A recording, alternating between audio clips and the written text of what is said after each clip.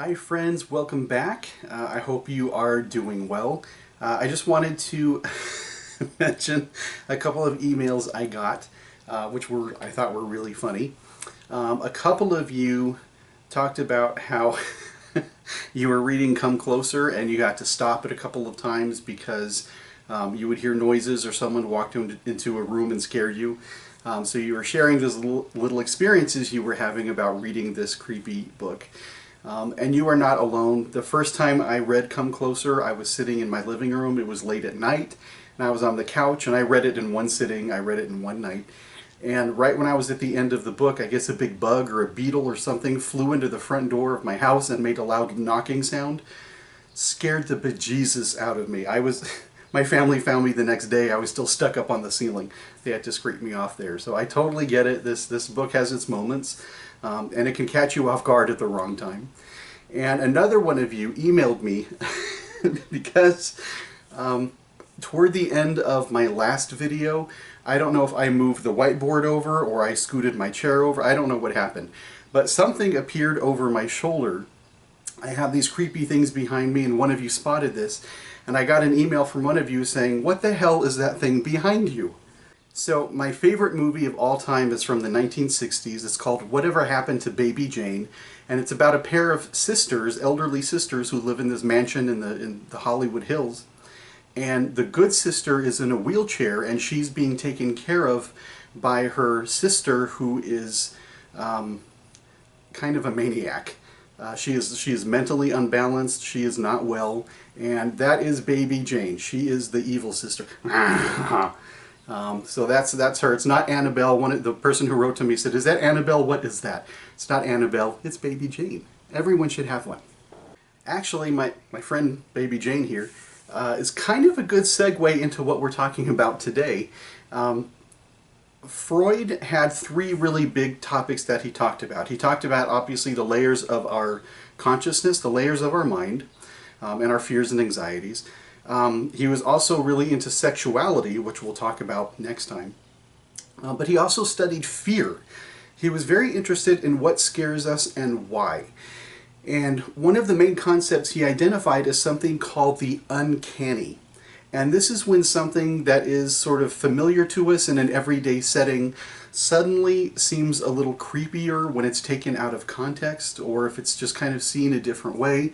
One example would be a doll.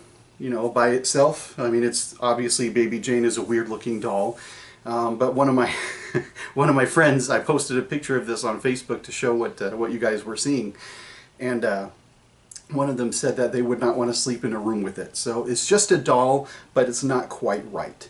Another example of what this uncanny looks like to us is, think of a robot. You think of this metal thing of pieces and wheels and gears and little parts, and it's pretty harmless, pretty straightforward. But then there was this robot, I believe it's from Japan, and this is a picture of it.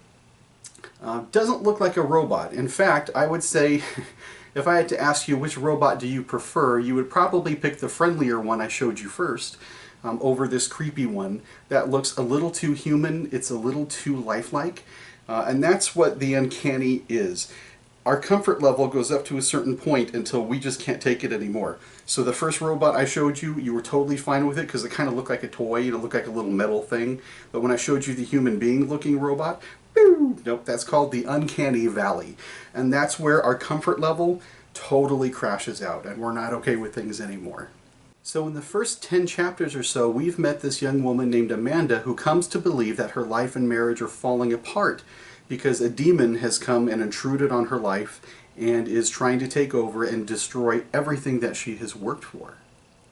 But if we unpack some of the details of the story and take a little bit of a closer look at Amanda and her behavior and the consequences of those choices, we might see a woman who's just really unhappy with some of the decisions she's made in her life and perhaps sort of dreamed up the idea of this demon in order to sort of shake off any responsibility she might have toward the end of her own marriage. If you remember last week, I asked you to consider, why would she be making this demon up? And I think a really good reason would be because It allows her to project her feelings onto something else rather than take responsibility for them, which is a very real thing that we all do when we don't really want to blame ourselves for something or take responsibility for unpleasant things that we do. So instead we put the blame on others. That's the interpretation I'm trying to sort of lean you toward. However, just like Freud was telling us about the uncanny, there are some moments in this middle section of the book where the paranormal activity is sort of hard to deny, right? Because we have other people coming in as witnesses who are seeing what she's seeing, who seem to be validating everything that she is telling us. And there are some examples that are really hard to get around if you're thinking about this like really logically and really reasonably. There's stuff in here that is hard to get around. So one of the unusual abilities that Amanda suddenly discovers she possesses is this ability to touch people and sort of see into their lives. She has sort of a psychic connection with these other characters. She touches the hand of this client named Linda, and suddenly she sees this unhappy marriage that Linda feels trapped in. At another point, she touches the hand of her butcher and sees that he's got a wife and kids and kind of a nice, wonderful little life. She accidentally touches fingers with the guy who gave her a cup of coffee from a coffee stand and sees that he is just a hateful and terrible, awful person. So just by simply touching others, she's able to get sort of a snapshot into someone else's life. That's a really unique ability, a psychic ability. I wrote that on the board behind me under her name. But just to play psychologist here, she's telling us she developed this psychic ability. If that's not happening, if she's not psychic, then what are these little flashes that's happening to her? Well, maybe she's just making it up, right? If she believes she's psychic, then she believes she's seeing these things. But this could be very much a part of, if she's mentally ill, she's just making up what she believes about these people. Or it could even be simpler than that. You've probably walked into a room and kind of felt the temperature of the people around you. Have you ever walked into a room and felt that you interrupted a conversation that maybe was about you? Maybe she's doing the same thing. We all have sort of an intuitive sense about other people. We can read other people's emotions. We know if someone's in a bad mood when we walk into the room, or we know if we're going to have a good time if we kind of see the people that we're meeting up with. And maybe she's doing the same thing. Maybe she's just reading their mood and interpreting that as, oh, I can see into their lives. I know what they're feeling and thinking. Amanda also commits the most serious crime of all, of homicide. So we can now add murderer to our list of really unusual traits for Amanda at this point. She gets into an argument with the guy that sells magazines and newspapers and ends up in a little altercation with him. They call each other some names and she storms off, and at one point gets knocked unconscious, which is very convenient later on because she can't remember how much time has gone by when she was blacked out. And through little clues left around in the story, she comes to believe that she may have murdered this man with a box cutter. Very violent and very graphic way to go. Ultimately, she sees a story about the murder on the nightly news and realizes it happened at the newsstand she visited roughly around the same time where she was on her lunch break that she can't remember, and she begins to move the dots a little bit more closely together and figure out that she was most likely the one to have committed the crime.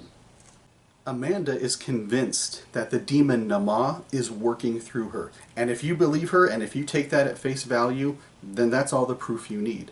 But I'm asking you to be a little bit more skeptic and look past the paranormal and really try and figure out what's happening. And something to consider is that the paranormal, by its very nature, is very difficult to prove or disprove. Experiments in science are usually done with a control group, and you're able to do the procedures over and over again to see if you get the same results. And you can't do that in supernatural activity. You don't know if the ghost is going to show up the next day. You don't know if the ghost is going to behave the same way or do the same thing that it did the night before. Maybe it's a different spirit who's showing up the next night. These things are just next to impossible to prove as fact. Even with the best plans laid out, you really can't prove that something genuinely, truly is a ghost without being able to establish a pattern. So keep that in mind when we're reading Amanda's story, because there are big parts of this where she's going to be showing us some very compelling and very convincing evidence that there is in fact a ghost working here with her. However, at this point in the book, sometimes holding on to those cold, hard facts as much as I want to can be really difficult because there is room for doubt. And this is where deconstruction, poking holes in a story, and psychoanalysis sort of converge and they overlap on top of each other. And I'll show you what I mean. There is a space for alternative explanations, and Amanda is trying really, really hard to prove that she is telling us the truth. And so this is where this idea comes in. Perception equals reality. If she believes something is true, if she perceives something to be true, then in her reality, it's true. You know, when you're a hammer, everything else looks like a nail to you. So she's going to go around pounding down her version of the truth. And I'll kind of share with you another example of what this means, this idea of perception equals reality. So let's say, for example, you walk into the classroom and you have this really angry look on your face and you kind of throw your backpack down on the floor and you sit down and you're sitting there like this. I'm reading your body language and it looks aggressive, it looks angry. Obviously, I'm perceiving your attitude. I'm perceiving your anger, and I think that you're mad at me.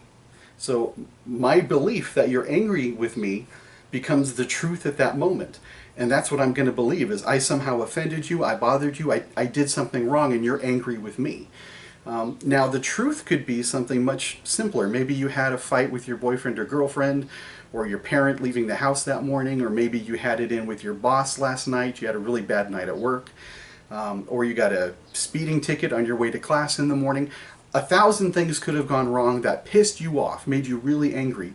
But in that moment, when you sit down in front of me and you're scowling and you're sitting there like this, you're not taking notes, you're not cooperating, my perception is you're angry with me. And in that moment, that's the truth I believe, until I know otherwise. Amanda is working on the same idea. Everything she's perceiving around her, as crazy it might sound to us, is her truth. And she has no reason to believe it otherwise.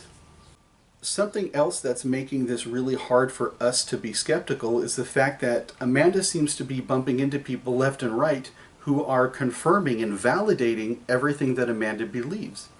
Amanda seeks help from a spiritual advisor named Sister Maria. Now, Amanda is very skeptical about this too, and she says, you know, I don't go to psychic people, I don't really believe in this is kind of silly. But she's hoping, you know, when you're kind of pushed in a corner and you just are reaching for any solution you can, Sister Maria starts to kind of make sense to her. So she goes to her for help. Sister Maria describes the demon standing directly behind Amanda. And she has long dark hair, she's beautiful, she's got the pointy teeth. Now, we already know what Nama looks like, but there's no way Sister Maria could have known that. So, is there some truth there? Is Maria really seeing that? That seems like a really specific guess for that not to be true, right? That seems pretty spot on. And so in fact, to help Amanda out, Sister Maria gives her this solution, gives her this potion that she's supposed to douse herself in, just pour it all over herself. She has very specific instructions that she has to follow in order to get this demon to detach and to go away. If Amanda does not follow those specific instructions, then the demon is there to stay. So we already have some validation here. Sister Maria seems to confirm that there really is a demon there because she saw it too without being prompted, without being given any details. And this happens again in this section of the story here with her friend's little girl, the daughter named Claire, who sees the ghost. Right? She tells Amanda, who is this other woman who's always with you? So we have now two other people who seem to be able to see this thing. And remember, children, much like animals, because of their innocence and because they tend to believe in things more than adults do, it's believed that children also have a sensitivity to the supernatural. Now, hang on. Before we get too hung up on ghosts and demons and using those as an excuse for her behavior, I just added something else to our list here. By the time we get to chapter 16, we see that Although Amanda says she's trying to work things out with Ed, she seems to make willing choices on her own, really not to make things right. We see her instigating sexual affairs with other men. When she's at that fancy party at the hotel, this guy touches her arms. And remember, she has this psychic ability of hers, so this guy touches her and she feels, oh, he wants me. Well, is that psychic or is that just a guy? Amanda tells us that when she is sleeping with other men, it almost feels like she's not herself, that she's sort of having this out-of-body experience where she's watching it from a distance like she's not really there. Well, that can be supernatural, or is that just another way of her not wanting to take responsibility by saying, oh, I am far removed from this, this is not like me, it's like I'm watching a movie. Putting that distance between her and her actions seems to be another way of her trying not to feel guilty about what she's doing. Amanda tries reconnecting with Ed by making his favorite dinner. But if you remember, the demon stops her. The demon says, no, we don't want to do this. We don't want to make things right. Now, is that the demon, or is that just how Amanda feels? And she just wants the demon to say it for her.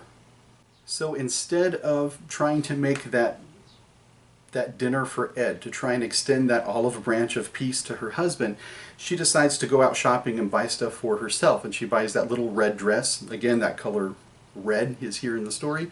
And she says the demon is making her do this, that Nama is running up all these credit card charges.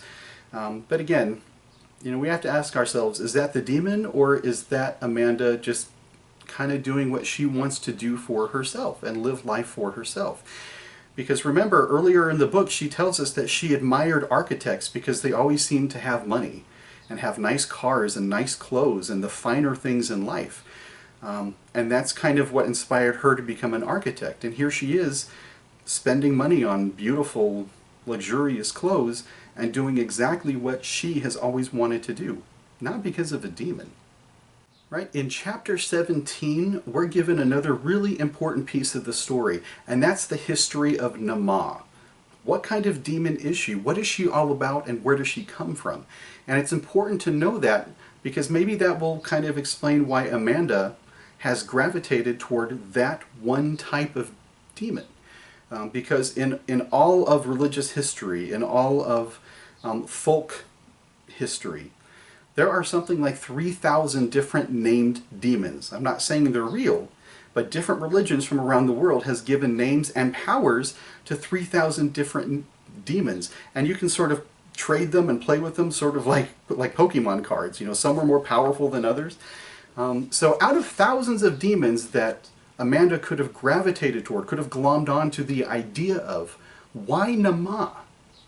The demon Nama has a few different origin stories. The most famous version is from the Jewish story from the Kabbalah, which establishes that this demon is a beautiful seductress. That means men find her desirable, and she uses her beauty to basically lure men to their deaths. And she's a very powerful demon, and she gets her strength from this combination of salt water, sexuality, and impure thoughts. And we can see Nama exhibiting this behavior throughout the entire book, right? When we first meet Nama in the dream, she's sitting in an ocean of blood. She's sitting in salt water. And we know that once Nama starts to sort of take over Amanda, again, according to Amanda, but once Nama starts to take over, all of her actions seem to be driven toward sexuality, kind of living very freely sexually, and also impure thoughts. We see that Amanda just kind of grabs any guy she can find, and not for lasting love or a relationship, but just to, kind of feed that appetite, the sexual appetite of hers. And we also, at least from the Bible standpoint, Nama is sort of presented as Adam's third wife. So you probably know the biblical characters of Adam and Eve, right? They were the first man and woman that God put on earth. But many people believe that Adam actually was married 3 times, that it took Adam 3 tries to finally get the ideal woman made for him. So some people believe that Adam's first wife was a woman named Lilith. But Lilith was too independent, and she didn't want to listen to Adam, and she didn't want to follow his orders. And to be punished for her independence, she was kicked out of the Garden of the Garden of Eden. And she wasn't allowed to live in paradise with Adam anymore. So with Lilith out of the picture, Adam decided, well, I want to help construct my wife. I want to be there to help kind of build her. And so once Nama was finished being constructed, he was so disgusted by the final product that he also kicked her out of the Garden of Eden and forced her to live out in the ocean, which would explain why Nama comes out of the sea. It was only after those first two terrible tries that God finally made Eve, who was perfect for Adam. And so Nama begins to take on this image of the rejected and revengeful former lover. It is also believed that the sexual demon uses her beauty and her body to seduce men into impregnating her so that she can reproduce and unleash these baby demons onto the world. So she's angry and she's evil, which is not a good combination here. In other versions of the story, she's not a demon at all, but just a very wicked woman who is cursed to have only demon babies. And so out of resentment, this causes her to murder children that are not her own. This could make sense for us, especially in that scene in the book where Amanda, who believes she's possessed by Nama, tries to drown a child out in the ocean. We also learn some particularly bad news about this demon from that book that Amanda's reading about demons and possession, that encyclopedia that she has. This particular demon, once you get it, it is very hard to get rid of it. It is extraordinarily powerful. And so the chances of Amanda sort of disconnecting from this demon are very, very low. She'd probably have greater luck trying to sweep sand off of the beach. Just before this section of the book ends, she meets a couple more characters who are trying to help her. And they're trying to help her in two sort of polar opposite different ways. And the first person she meets is a psychologist named Dr. Fenton. And I really like him, and this is chapter 18. And I would pay close attention to exactly what he's telling her and what he thinks Amanda is going through. He's listened to the whole story, but he has an interpretation that I personally agree with, and I think is really going to help us interpret Amanda's behavior in a more logical, reasonable way. So according to Dr. Fenton, he tells her that she's growing up and she's becoming more her own person. And she's becoming more assertive, right? She's going out and she's getting what she needs and wants. The doctor also says that her fighting with Ed is just a natural part of her growth. That as she finds her own voice and identity within the marriage, of course Ed isn't going to like it. He doesn't like change. So if Amanda is changing and becoming a more independent person, he's going to resist these changes. And as a result, he suggests that her feelings of guilt come from resisting this growth, that she makes herself feel bad about becoming more independent and being herself because it seems to be hurting Ed, and she feels really guilty about this. That makes total perfect sense to me, but of course that answer isn't good enough for her. She still believes she's possessed. Remember, she believes that, and nothing's going to shake her of that belief, and she wants a second opinion. She wants someone to support what she believes. She basically wants someone to tell her what she wants to hear. Again, it's that whole idea of perception equals reality. So Amanda rejects what Dr. Fenton is telling her. It just makes too much sense. I guess maybe it cut too close to what she's really feeling. And again, she doesn't want to admit it. Which leads her to a man named Ray Thomas, who is the founder of a church called the Ray of Hope Fellowship. He specializes in something called depossession. A depossession. Why not just call it an exorcism? That's what it is. Well, the problem is, Ray is not an ordained holy man. He's not a real priest. He's not a real minister. He doesn't have permission from church authorities or the Vatican to perform an exorcist. He's just this random guy. So he can't call it a real exorcism because that's not what it is. So he came up with something called a depossession. It's just a gimmick. It's just a salesman kind of thing. And unfortunately, and I say unfortunately, Amanda kind of wandered his way but he's a con man, and there are some really important things, just like with Dr. Fenton, we need to remember about Ray Thomas. We can't really trust him. All right, so these these are the problems with Ray Thomas. This is why we have to be very careful trusting him. First of all, depossession is not exorcism because it's not a real thing through a real church. Also, he's not actually in a church. He's just rented some office space in a storefront in a strip mall next door to a Wendy's drive-thru. Now, there's nothing wrong with that, right? Church is in your heart. It's wherever you decide to congregate. But this just this doesn't really, I don't know, inspire a lot of confidence in his fellowship here. Also, you may have noticed that he named his church after himself. Usually churches are named after, God or Jesus or some other biblical figure, but instead this church is just named after Ray. It's just the Church of Ray. He also makes Amanda sign a contract so that she understands that this depossession procedure is for entertainment purposes only. It's just for fun, really. And then at the end, the final sort of egregious, ridiculous thing Ray says, he promises that he has 90% success. 90% success getting rid of demons. How do you measure that? How does he prove that? It's absolutely impossible. So if you put all of these traits together, you have what I think is clearly a con man who's happy to take her money. Because this thing was not cheap, right? She spent hundreds of dollars on this. And the bottom line is, does this depossession work? Absolutely not. In fact, Nama thinks it's funny. She's like, oh, you guys are cute. Nice try.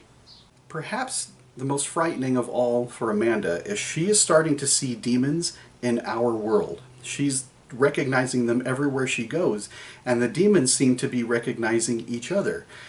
She sees faces transforming on her friends. She sees demons getting into taxi cabs. She saw that clown-like demon in a restaurant. If these aren't supernatural events, then what's happening here? Well, don't we all have sides to us that we try and hide from others? Aren't there parts of us that we never want others to see in our personality? We're sort of a bundle of secrets and contradictions. Every one of us, you, me, all of us, we all have things that we try and hide from others. And because Amanda is doing a lot of things that most people would deem inappropriate, the sexual affairs, the drinking, the violence, obviously, she's murdering people. And haven't you ever done something bad and made yourself feel better about doing it by saying, well, nobody's perfect, he did it first. We try and find misery in company. And perhaps she feels so bad about everything she's doing that she's just sort of seeing the ugliness in other people and saying, hey, don't judge me. Everyone has an ugly side. Everyone does these things. And that seems like just another way of projecting her feelings in order to make herself feel okay with what she's doing. Everybody does it, right? That seems to be what she's saying here. All right, friends, so that's the middle of Come Closer. A lot of supernatural activity. I know it's pretty convincing, but still, be skeptical, be logical, be reasonable, because there's something at the end that is going to explain all of this away. So until next time, stay safe and stay healthy. Bye from me. Bye from Baby Jane. She's hanging out with us. So I will see you next time. Email me if you have any questions or concerns. If you just need a pep talk and you just need an atta-girl or atta-boy to get you through it, we're almost done. So hang in there. You're doing a great job. And I will see you very, very soon. All right, bye, bye, bye, bye, bye, bye.